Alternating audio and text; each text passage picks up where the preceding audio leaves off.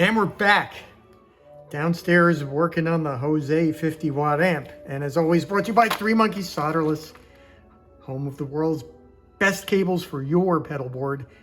1/4 inch DC, 2.1 millimeter, no wire stripping, no soldering. And of course, RCAs for your car or home stereo. All right, so where we last left the build was right here, where we had paid out the leads of the board. This is for the Jose 50 watt amp that we're building now. So the next thing to do is we're just going to kind of stuff the components into the board, all the resistors and capacitors and other such fun stuff. So I figure we'll just start doing it. All right, so usually I like to start with the inside components first, not the ones that go full length, but the ones that go partial length. And I'll also do the bias supply as well, kind of first, to just get that out of the way. A little piece of something there, solder. Just examining everything. All right, so we can do the rectifier. We could do the bias supply. So let's start. So we're going to use, I have all my parts already pulled and measured for what I want for the positions. So we're just going to move along and start stuffing all this thing. So I'm using the 5408 rectifier, which is kind of like a fast one. Been using these since the 90s, pretty much, in all of like the hotter builds of blockheads and stuff, and we used them at Three Monkeys. Just a really good diode. Can't one in 5408. I can't really say that there's a better diode out there. So we're just going to go ahead and start bending these in place, putting them in. And I think I've probably talked about this enough. It's like, so are there magical values for amplifiers? Like, I think there's a lot of like ideas that there's, that a small variation in a particular Marshall made it really exceptional.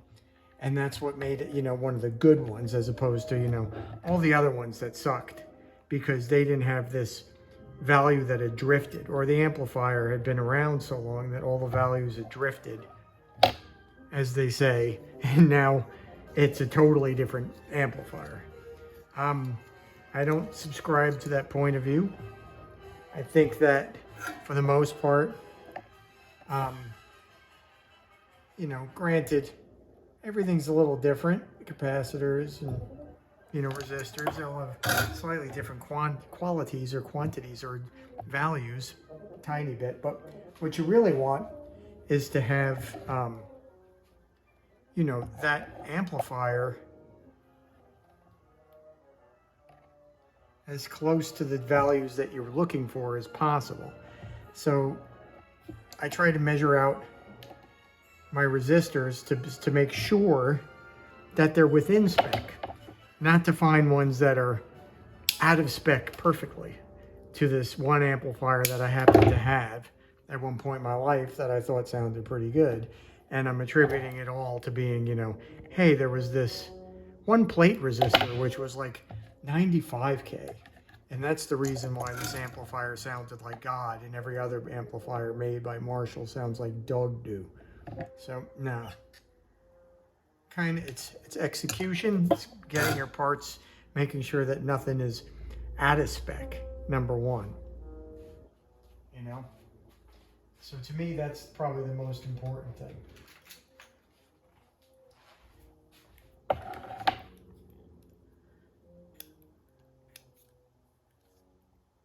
Just continuing on. So we have our rectifier diodes in there.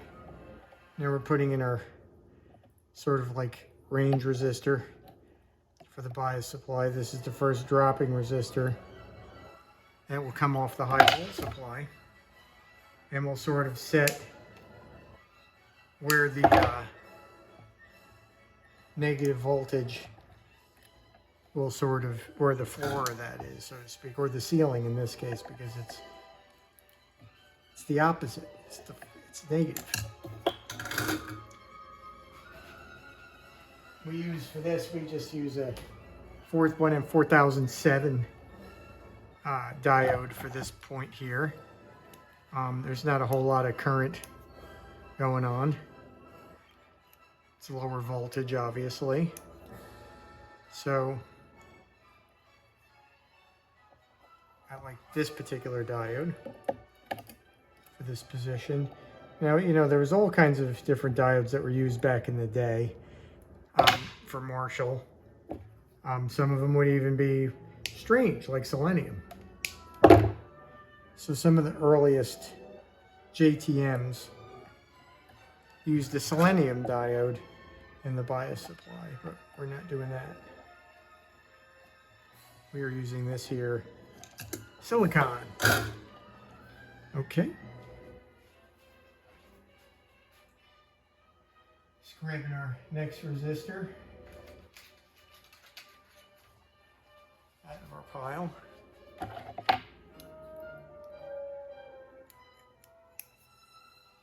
So this is the second dropping resistor.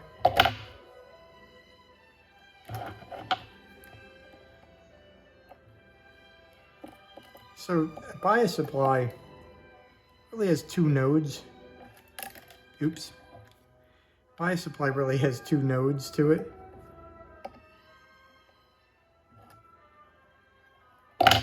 This being the resistor that drops the voltage between the two nodes. So you have your first node right here and your second node here, and that's where your power tubes will derive its negative bias supply from. I'm going to grab our trim pot. I just use a 50K here, a single turn trim. I used to use a more sophisticated trim pot, like a Bourne's sort of, what was it? They were like 25 turn pots to really try to dial them in a little bit. I thought they were easy to work with. I thought they were pretty robust, but these seem to be, I think, a more practical kind of choice. So I'm kind of a fan of these guys now. Just your basic sort of trim pot. So what I'm doing here is I'm just connecting the wiper, dropping it on the floor is what I'm doing. Connecting the wiper to one of the legs, outside legs of the trace, and I'm going to trim off the middle one here. And that just basically turns it into a variable resistor pretty easily. So we go ahead and just get that ready to go in. We need to put in one more resistor there, 22K. Where did I put it?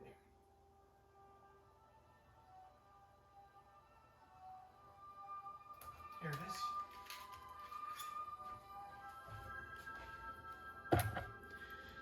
So the trim pot, so this is like a voltage divider in a sense here, a path to ground for the bias supply,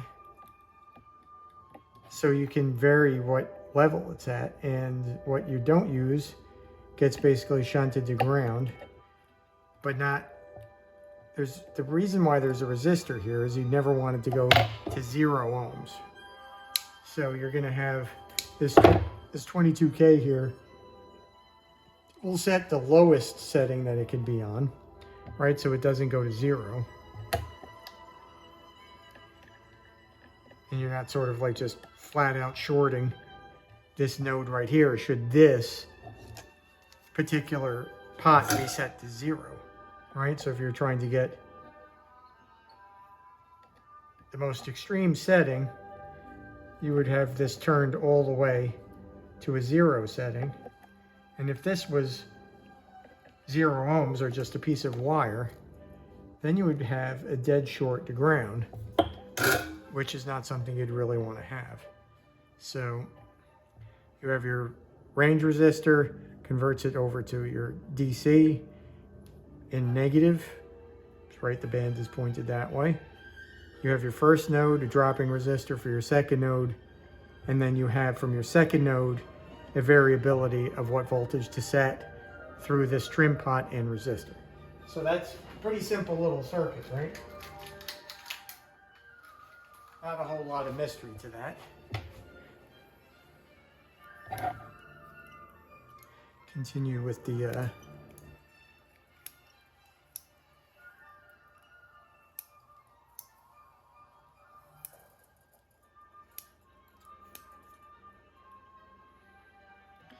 now, of course, you want to have these guys here to ground, right? Positive side towards the ground side.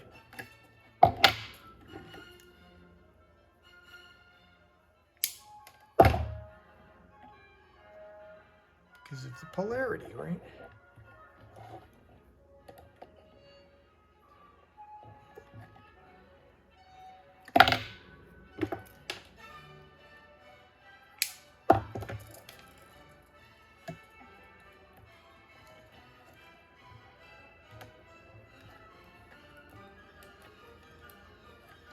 Here we go.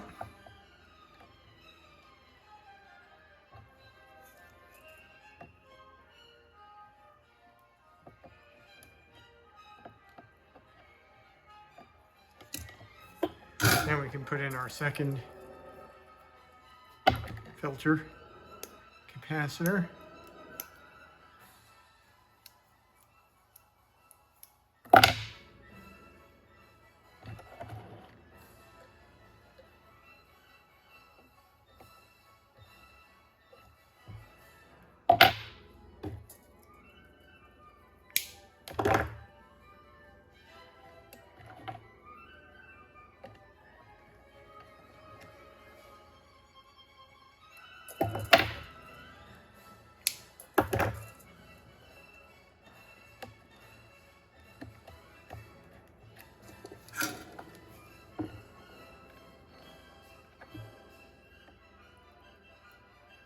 Okay. Like I said yesterday, we are going to need more solder, so that's on the way.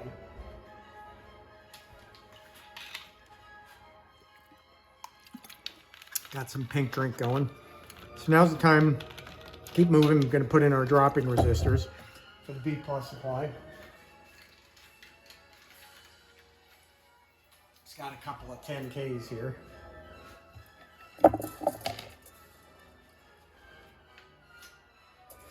So these are some metal film 2 watts. Nice and precise. Good power handling, not noisy. Get this out of the way.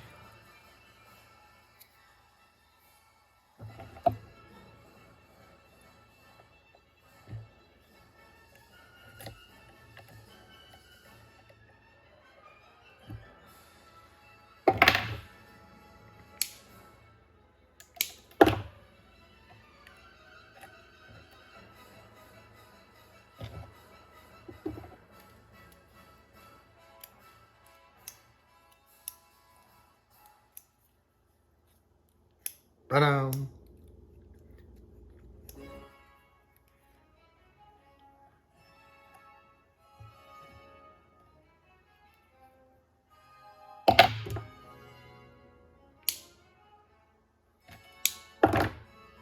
I really love the way that classical music is recorded. It reminds me a lot of a Van Halen album, like an early one, like One. Strangely enough, the use of like the way they treat the strings, as well as the way they treat the woodwinds, the brass, the way that the compression of it, right? It has this cut to it and this sweetness to it that I think is present in those records too. So I really enjoy classical. It's not just for what, you know, the music is, but the way it's recorded. You know, I would much rather honestly listen to the recordings than go to a concert, right? Than to go to a, Well, we're going to do the internal ones right now. Then to listen to like an orchestra perform a part. I mean, granted, the musicianship and all of that's great. Just using this as a bend piece, a bend help between here and here. I think we've talked about how I do that. So if you haven't seen it, I'll just mount it over on the bench, but basically I'll put the resistor in here evenly, and then I'll just kind of bend over the edges. And then I have my resistor bent to the size that I want it, and then I can just drop it in. Right, so it's pretty simple. And it's variable, so you can measure whatever you need. I mean, they do sell ones that are like graduated, but I can never remember which one to use. So it just drives me nuts. So I don't bother with that. All right, continuing on. It's like, I mean, it's the same way with those records, right? With the Van Halen records, the early ones.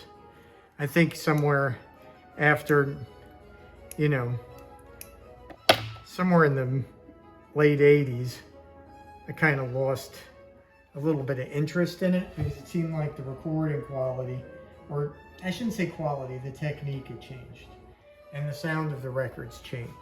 Like 1984, I think, was the last album that really had that kind of treatment.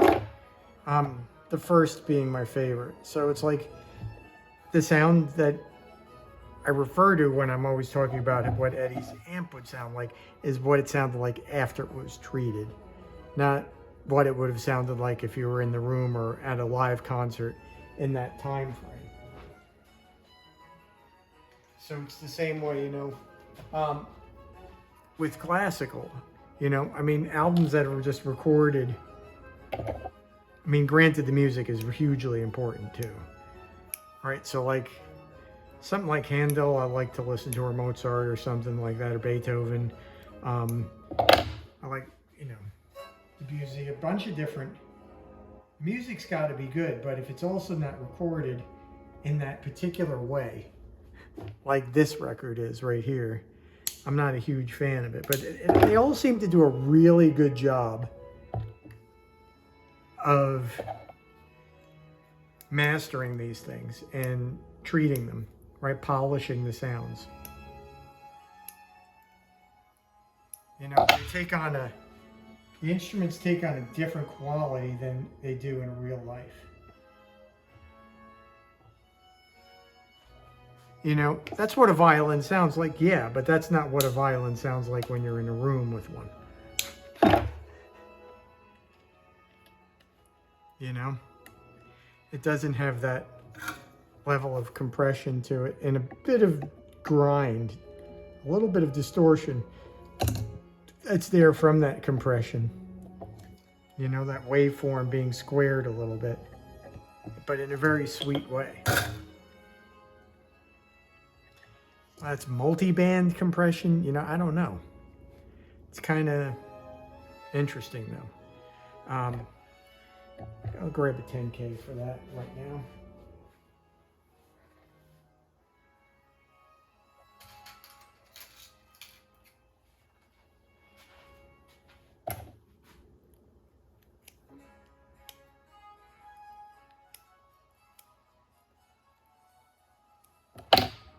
The other interesting thing, I guess, about recording versus live, and you can do that, you know, I mean, obviously, you know, the way that you assemble in an orchestra, right, where they're seated in relationship to each other has a huge influence on how that orchestra is going to sound, right? The dimensional relationships between loud, low frequency, high frequency, quiet, all of those kinds of things, where you're going to put them, is going to have a big influence on the way it sounds. There is a lot of interesting things in the, you know, in a live performance, I feel like. Should we do all these too? Yeah, let's do all these. Let me just hold that thought a second.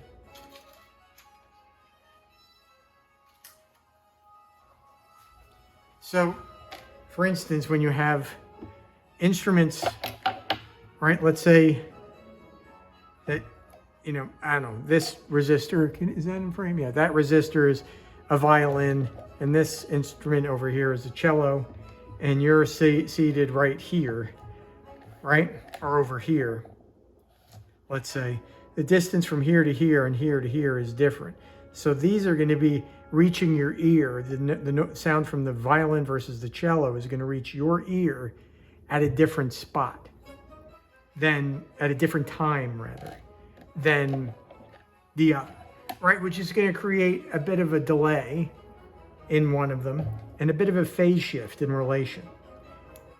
So depending upon where you're sitting in the room, in the concert hall, you're going to get a different experience, right? So that to me is kind of mind-blowing how, you know, you can make, how you deal with the problems like that of having the orchestra seated, because there's so many of them in some cases, seated far enough away from one another where potentially they're going to be hearing each other in different times, right? Where did I put the cello?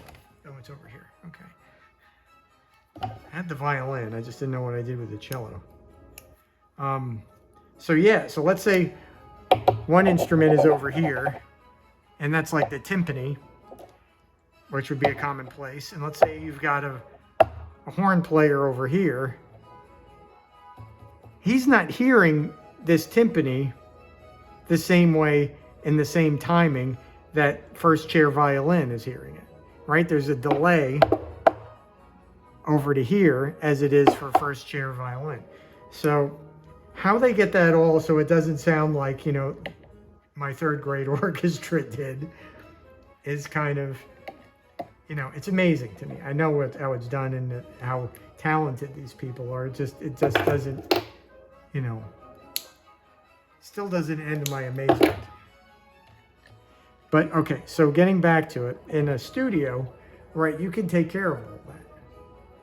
So in a studio performance, the distance from the timpani could be made up for, right? Now, sometimes they'll record an orchestra all, you know, at the same time, but, you know, sound travels slower than electrons do through wire. So if you put the microphone by the timpani and then a microphone by the first chair violin, although the cable lengths are slightly different, they're going to reach relatively in the same time frame to the console. So granted, it could be mic bleed between the two, which will give you some of that effect anyway of phase changes and all those kinds of things. Or you could elect to record the whole thing bit by bit, right? You could go, today we're going to do strings, tomorrow we're going to do wind instruments, then we're going to do percussion, then we're going to do, you know, whatever. And then you could have yourself, you know, everything lined up perfectly. So I suppose that there's probably instances where they're done in a giant live room like they would have done at CBS Records or something like that. And there's probably instances where they might have pieced it together. I don't know. But these, like for instance, this Tchaikovsky, more than likely most of these, then when they're really good, they're done by orchestras, like particular orchestras, like philharmonics from different symphony orchestras, you know, and they're highly skilled. So it's pretty much just a matter of putting up some microphones and recording it all. But I'm wondering how many of them would have been like pieced together. Well, where am I doing now? Okay.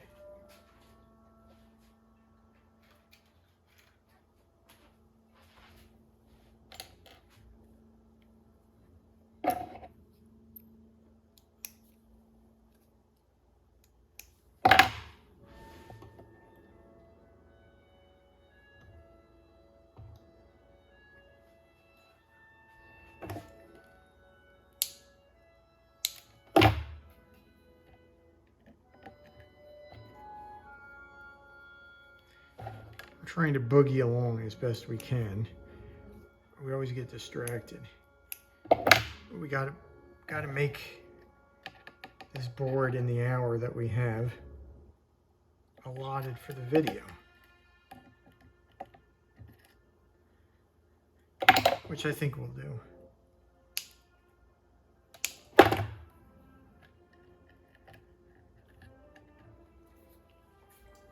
Gotta find.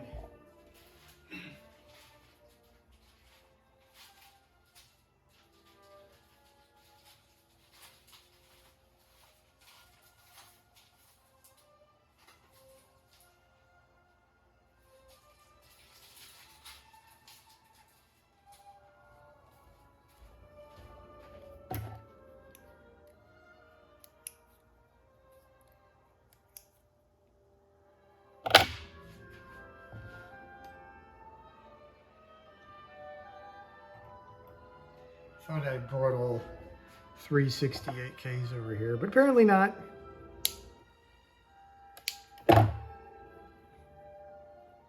That's okay.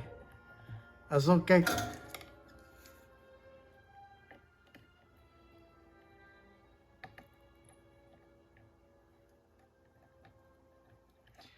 you ever, I don't know the history of it all, but do you ever wonder like how they promoted this music? Let's say in the 1800s or going back even further. Like what'd you do? You say like hey, check out the new Mozart dropping December 24th at Vienna Orchestra. Like how did people just like, was it a set schedule? I mean, obviously, you know, they had patrons that were giving them the money to do these things and expecting particular works from them. So maybe there was just like, you know, you knew that these things were coming out every so often. I don't know. Be interesting to look at.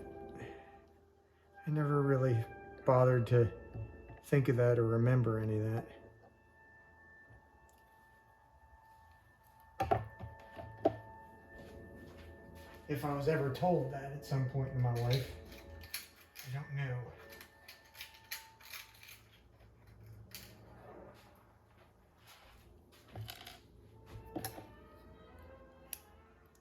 The other thing I've noticed recently, I think we were talking about Rojas yesterday, the restriction of hazardous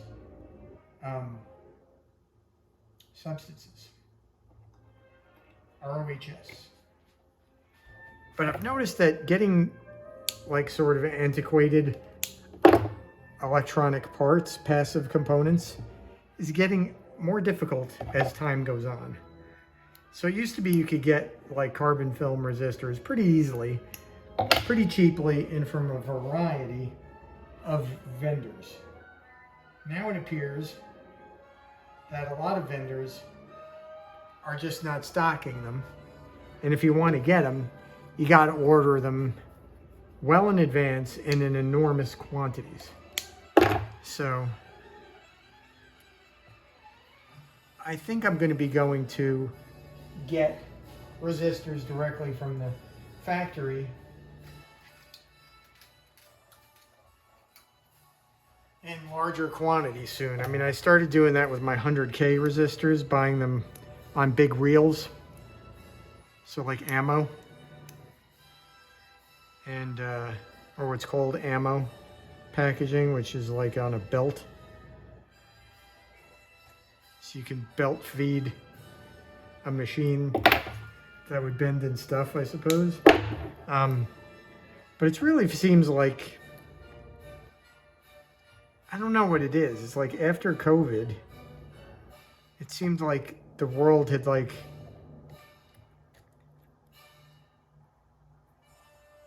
changed a lot, not for the better. And in my experience, it really hasn't recovered yet from all that supply chain disruption, or whatever you call it. I mean, you know, they've got all kinds of great names for things. You know, this is just a disruption. You mean it's a catastrophic end, is what you mean, not a disruption.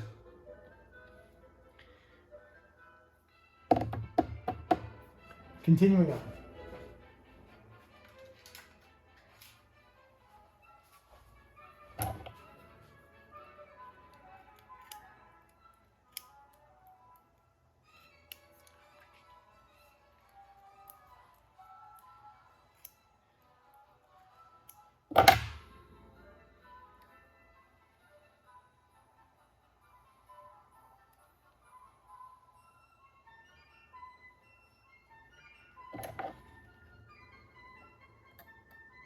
This is our tone stack going through. We're using a 500 pike treble capacitor.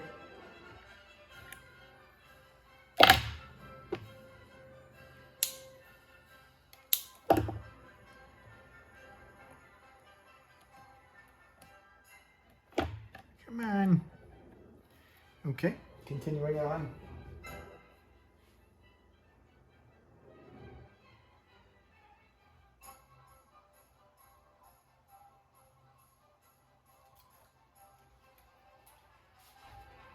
Put in our slope resistor. Now, Marshall obviously used, all different companies use different kinds of slope, different values of slope resistors.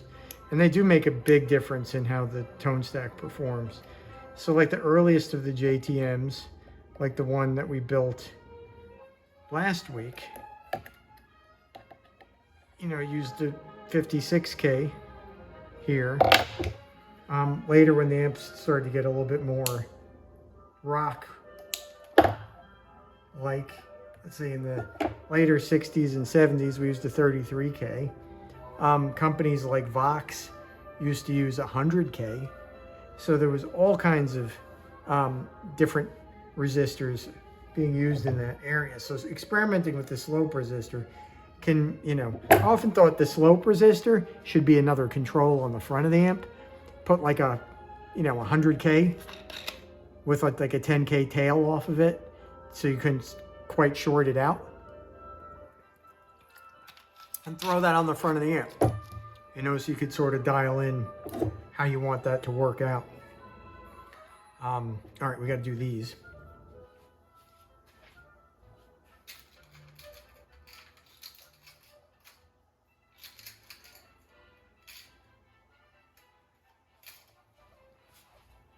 Plate resistors.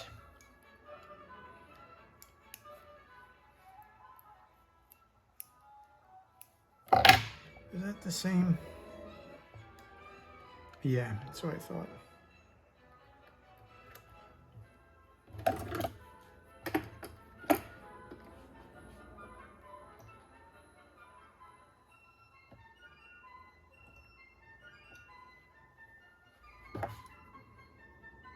I don't know what it is. Well, I always think no matter what Tchaikovsky it is, it always sounds like Christmas music. Like, yeah, I readjusted that, obviously, like an idiot. All right, we'll just take care of it. It always just sounds like Christmas music to me for some reason. I don't know why.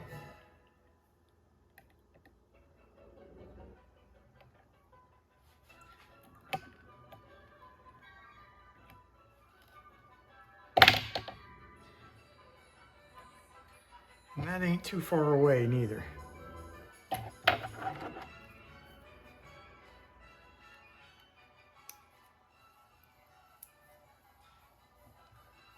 Could be because of that. I mean, when I was young, yeah, but I used to live in New York, Bronx area, kind of, and I was lucky enough when I was young that went more than once to go see Radio City's Christmas sort of show, the Nutcracker, and a few other things, and maybe that's why it sounds like that to me. All right, now we're gonna do the larger, how are we doing on time here? Yeah, I think we're gonna make it. We're only at like 30 minutes, something like that.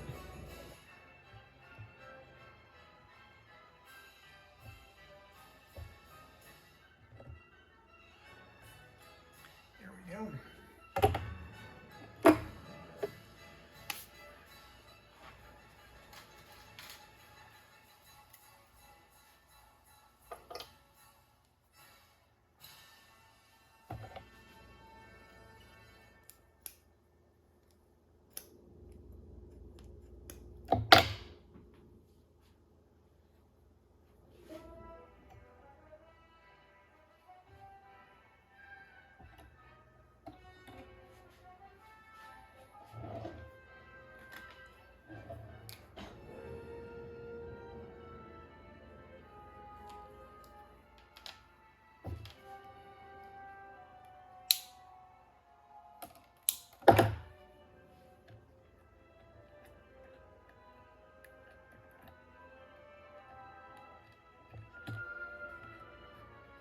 Almost made that the feedback resistor.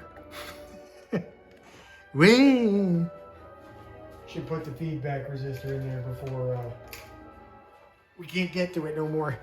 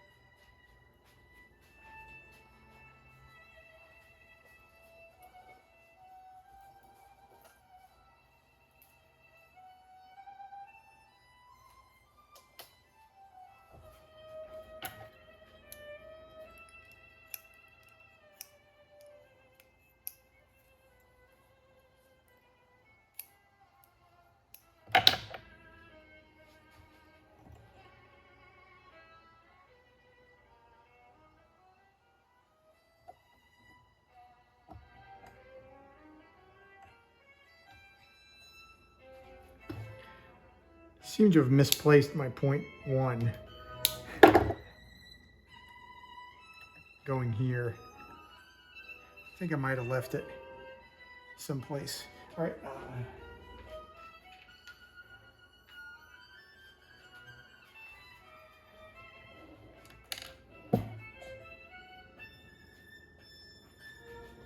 That is one squeaky squeak box.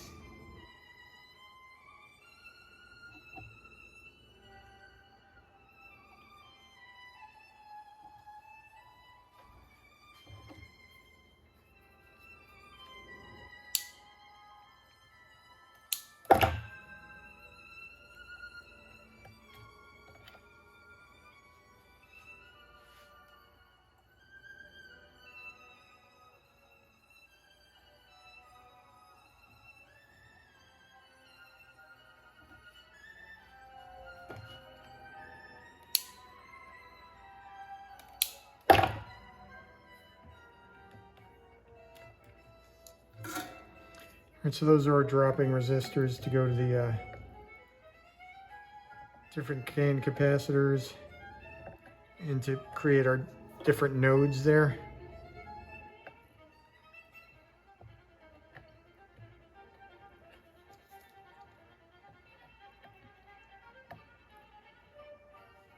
Trying to be sparing with the solder right now so I can at least get it done. I can kind of manage the solder situation a little bit better. And I can manage at least to get all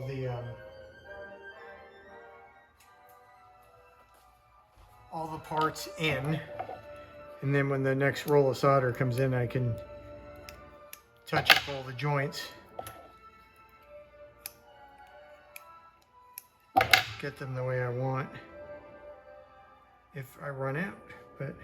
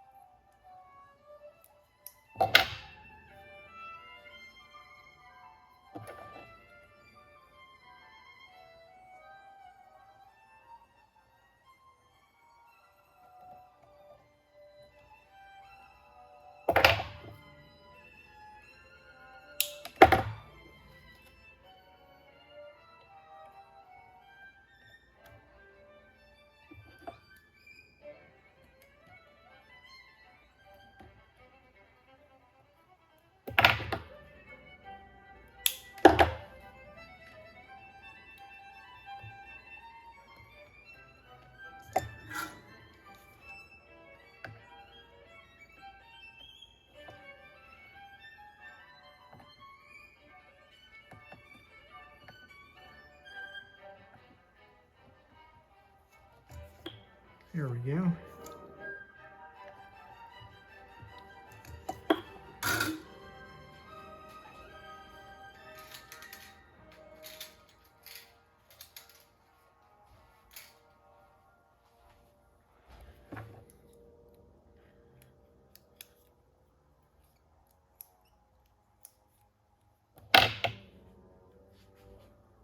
Very menacing.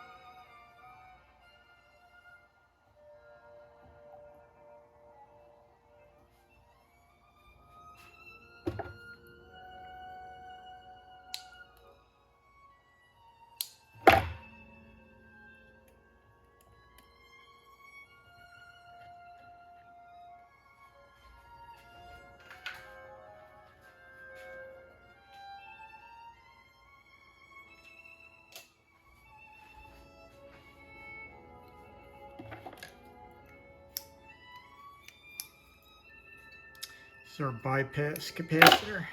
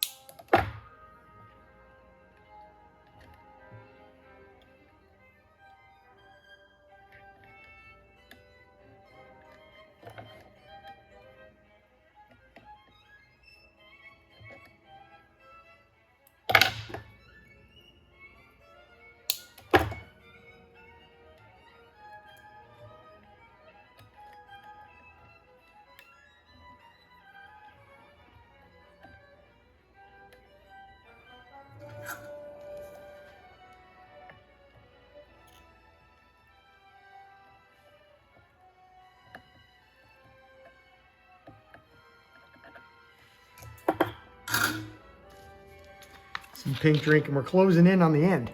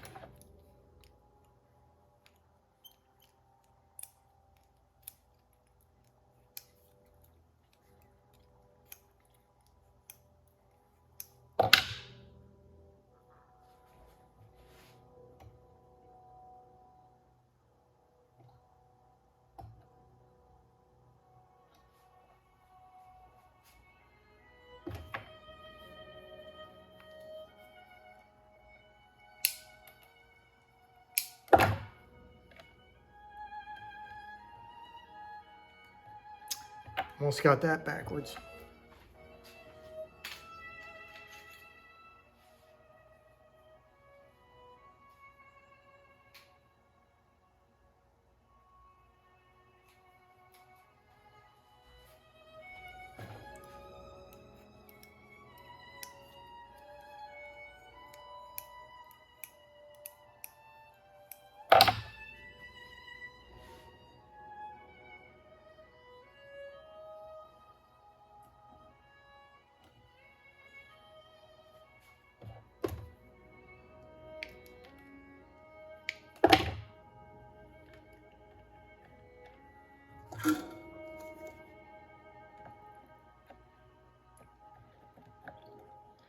So this is the normal channel, this being the lead channel. They would have 0.002 or 0.02.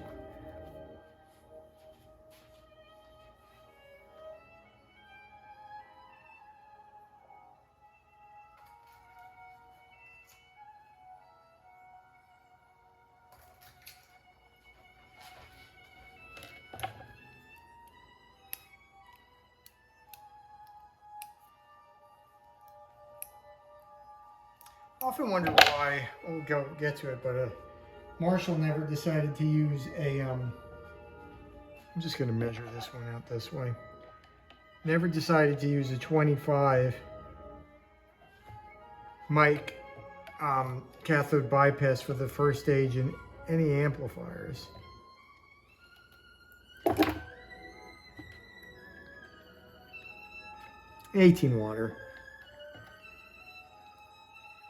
But I think the 25 would have been a good choice for the normal channel of their amps, you know? I mean, granted, for some of them, not for all of them, but at least have one amplifier where they have like a 25 mic bypass there, because I think that gives you a really good sort of low end without getting flubbed out too bad. It gives you a nice round bottom. Whereas the 250s can get a little bit can get a little junky in the trunky. But it's part of the sound of a jumped amp. So like with this amp, when you use the lead channel and you hit the jump switch on it so you can add in some of the normal channel to it, you could just add a hint of this bass into it, which really sort of like complements the sound. So the 25 may not be quite the thing in that case. Okay.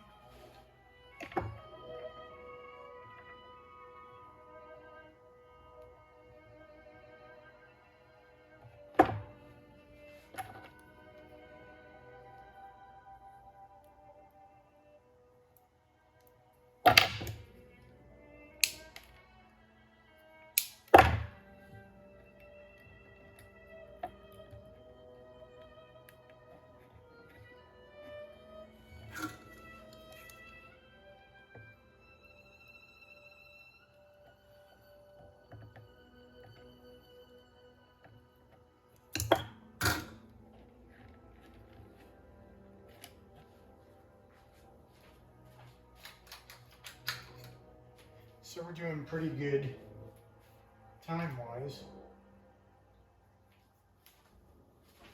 Should get this finished. I mean, granted, this is a 0.1, but this is gigantic. This is not the one I selected.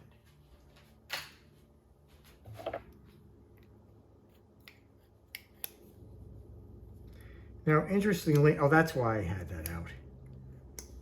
I don't know if I should talk about it, though. Probably not. But there is a particular artist that I worked a little bit with for, whatever you want to call it, doing repair work on some old amps. And they used that capacitor in a very unusual way, which gave a very particular sound that we all have grown to know and love. But I don't think now is the time. One day, it shall be revealed what it was, but it can't be revealed yet.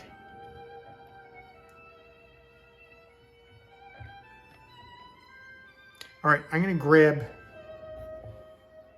that 0.1 and I think we're done. So let me pause and I'll be right back. All right, so I located the 0.1 I needed.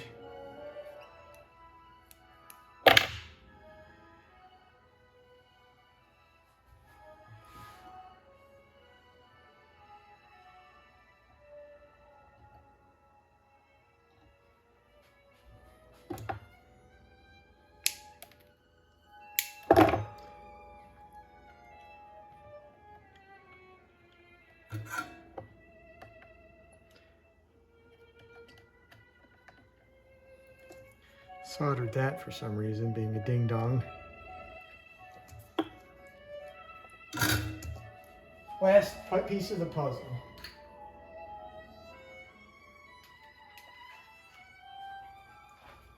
Yeah, 47 Pike rather.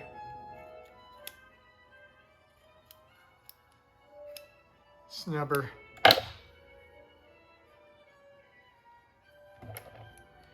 For this here phase inverter.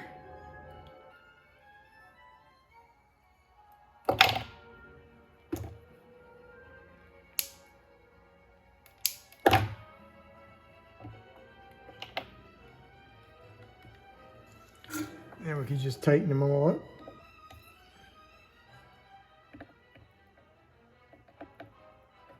I think we have enough solder. So we could go through and just treat out these connections. Forgot to turn my fan on. That was bad. Okay, I'll just look at the ones that need to be a little bit touched up.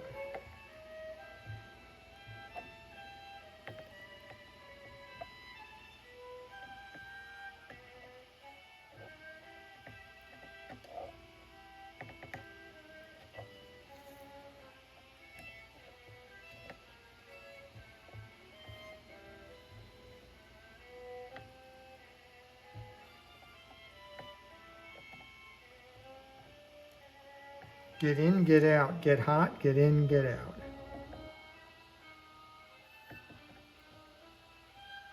I really want these joints to look like polished silver.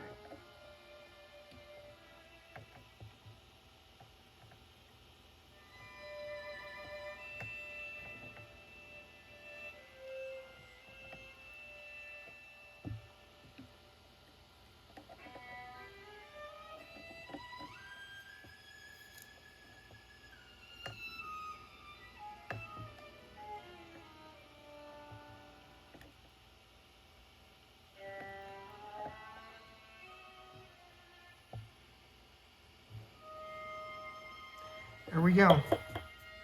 All right, so that is that operation complete. So let me remove this stuff. Get the pink drink out the way. Spin the board around. Go ahead now and start stripping these while they're here. And then we're basically finished with the board. And that is going to be ready to drop in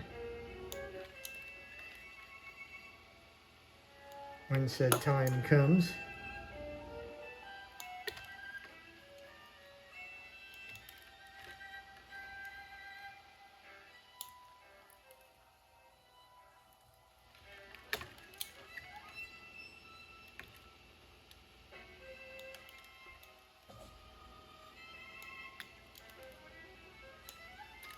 These go on a can.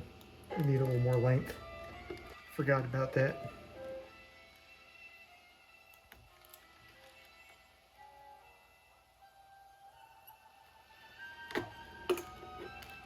That's the cathode, shared cathode for the phase inverter, so that one gets a longer strip as well to span across the socket. Okay, that's that side. Turn it around and head down this way.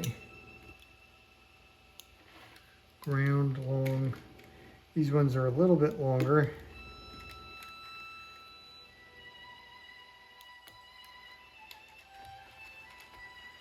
Trying to get them out where I can see them.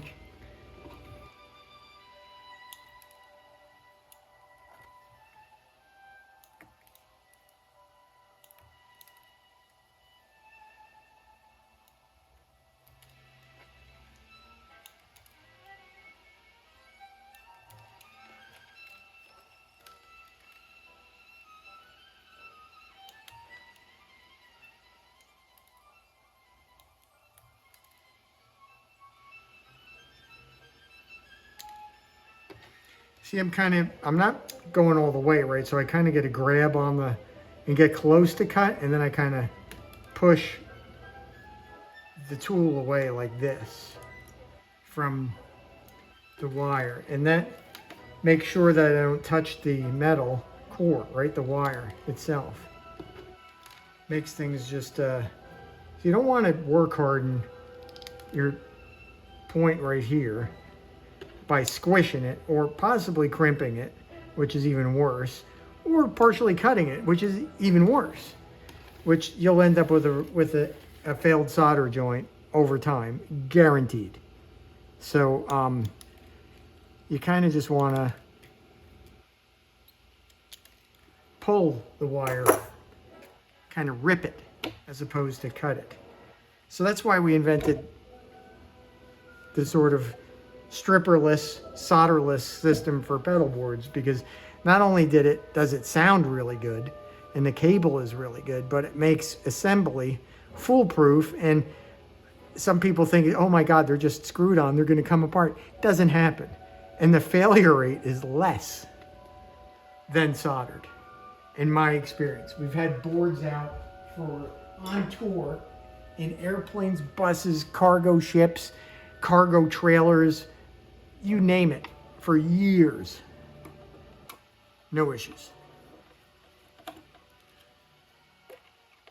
mean, that's one of the cool things about having, you know, access to, you know, working, touring musicians that are constantly touring, is that you get to figure out what you're doing wrong over the years and how to avoid, you know, being that guy that has some shit that just never works, right? Or gives people problems.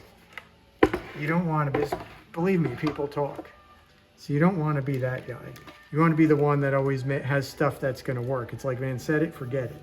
Drop it off the stage onto the floor, it's still going to work. And then be good about your stuff that you have out in the field and support it, fix it, do whatever you need to do. And that's the key, I think. So here's our board for our Jose. It's looking really good. I'm excited for this one. All right, so I think that's it for this time, for this episode. In the next one, we'll start, I guess, putting all the hardware on the chassis, and then we'll just keep going until the amp is done. All right, so once again, thanks for watching, and we'll see you next time.